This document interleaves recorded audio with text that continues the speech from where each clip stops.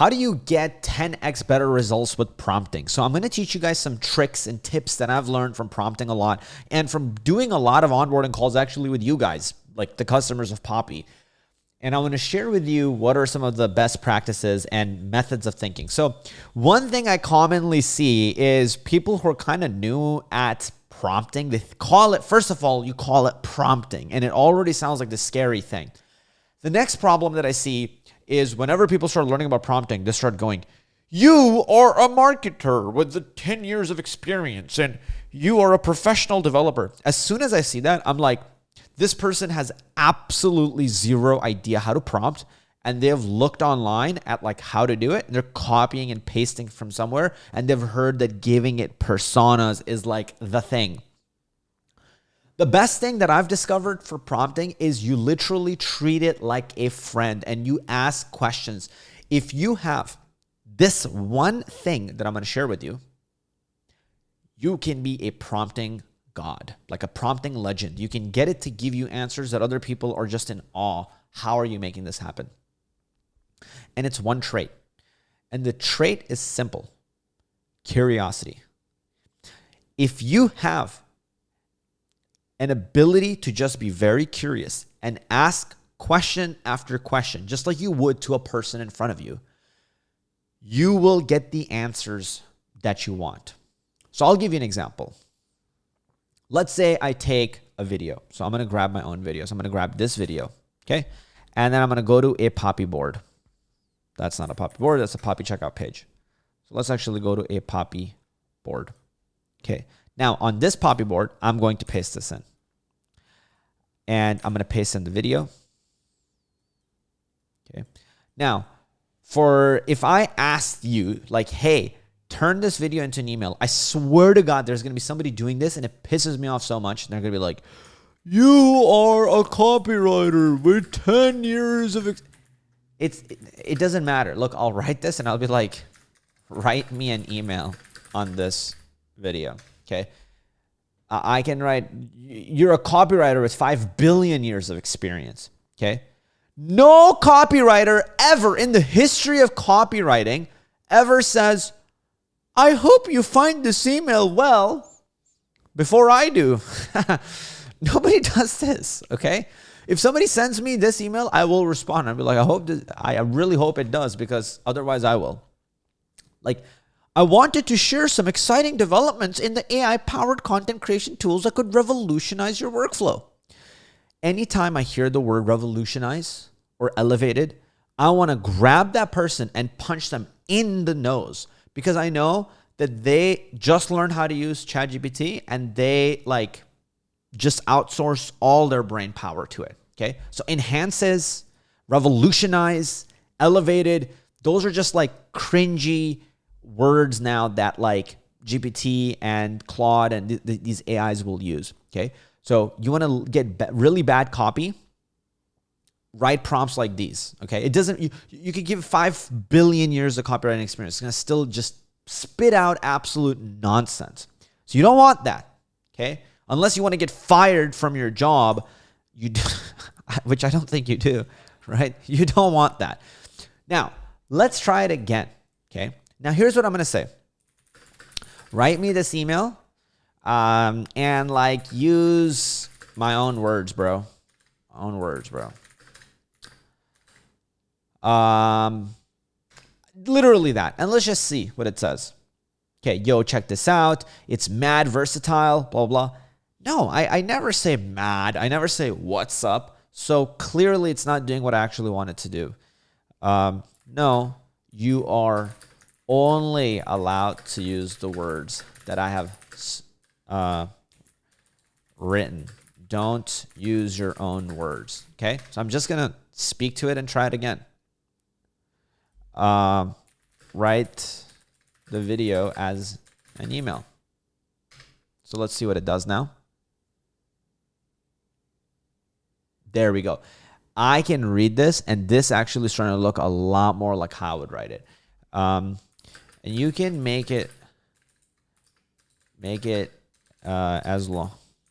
Make it longer, because I spoke for like 15 minutes.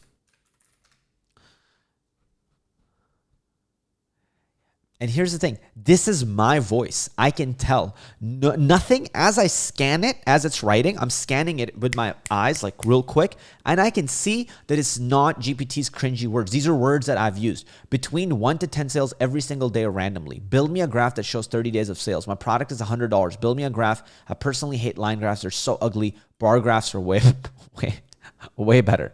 Okay? Because I hate line graphs. It's one of the things that just so disgusting. Now this I don't really like it, but that's just one word, right? But the rest of it is actually what I've spoken. Write me a short blog on top programming languages. Yes, I said that. Yo, 4-0. Okay. Actually, at the start, I do say yo. So actually, I do say it. So it actually even got that right.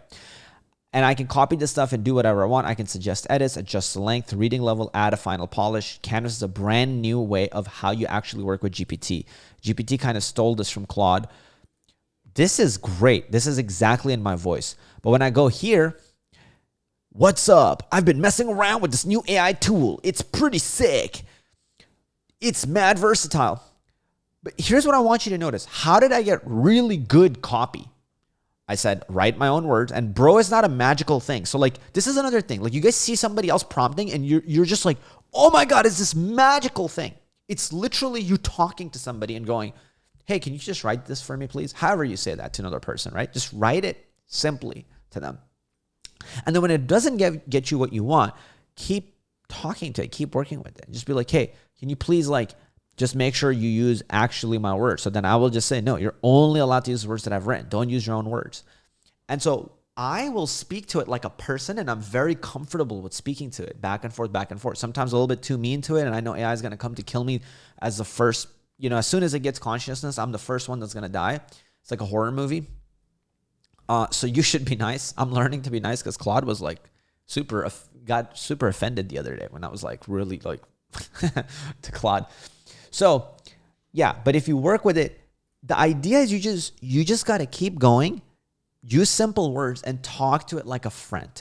Where when you start going, prompt, you are a writer with 20 years of experience. And then I've seen people, and then they'll do stuff like format, write it as an email with 2 headers and 1 paragraph. And yes, you can make it that strict if you really know what you're doing. And okay, there is a time and place for this kind of behavior, this way of talking to GPTs and prompts. But this is not what you want to do, because I get sick of this when I'm doing this. It's really annoying. My prompts, while I'm really good at prompt engineering, really good, because I've built a lot of projects and products with, you're using one of them, right? Poppy AI is built, and I was working with the team, and we were prompt engineering the heck out of it to make sure you get really good high quality output. But the thing that I learned is the more advanced you get, honestly, you actually start talking to it in a simple way. You will learn some key things. So the key ideas are if you don't want it to sound cringy, you just tell it to use only the words that it sees. And when it uses only the words that I've used, it's not going to sound cringy. It's going to have my voice. So when you're telling something, use my voice, it's never really going to get it. But if you're hey, you're not allowed to use any other words than the ones I've used, that's good. That's what I would tell copywriters. So I used to hire copywriters, right? And they kept writing copy. And every time they would write copy for me, I'm like, there's something about it that just sounds cringy, or they're missing details. So it shows that they don't actually know about the domain expertise that I know. There's always something a little bit off here and there. I'm like, what is it about, what makes their copy not good enough where I can actually hit send on it? And then I realized, I'm like, if they just stuck to using my words or the words of the customer, the actual testimonial, not summarizing, not paraphrasing it, because they're not that person. So when they paraphrase it, it always sounds wrong. They would actually be great copywriters. And so then the clear directive I would give them is just use my words, or just use the words in the testimonial given by the customer. And then their copy would increase by a lot. And then ultimately, when I built this tool, I realized I don't even need these copywriters, because I can actually just do that with the AI. Right now, if I want to go deeper into this, I can just be also add line breaks after like every single sentence. Okay, so let's hit enter and let's see what it does. Hopefully it works. So there you go. So now it starts to look and feel more like copy, more like something I would see on a Facebook ad post, right? And then if I really like a prompt, I'm like, oh my God, this is so good. And I want to like save all of those things. What I will do is this. I will copy this and I'll paste it, right? And then I will go in here and I'm like, copy that, paste that part. So like I'm building, basically I'm just building out the instructions that I can use in the future as well. And then I'll go and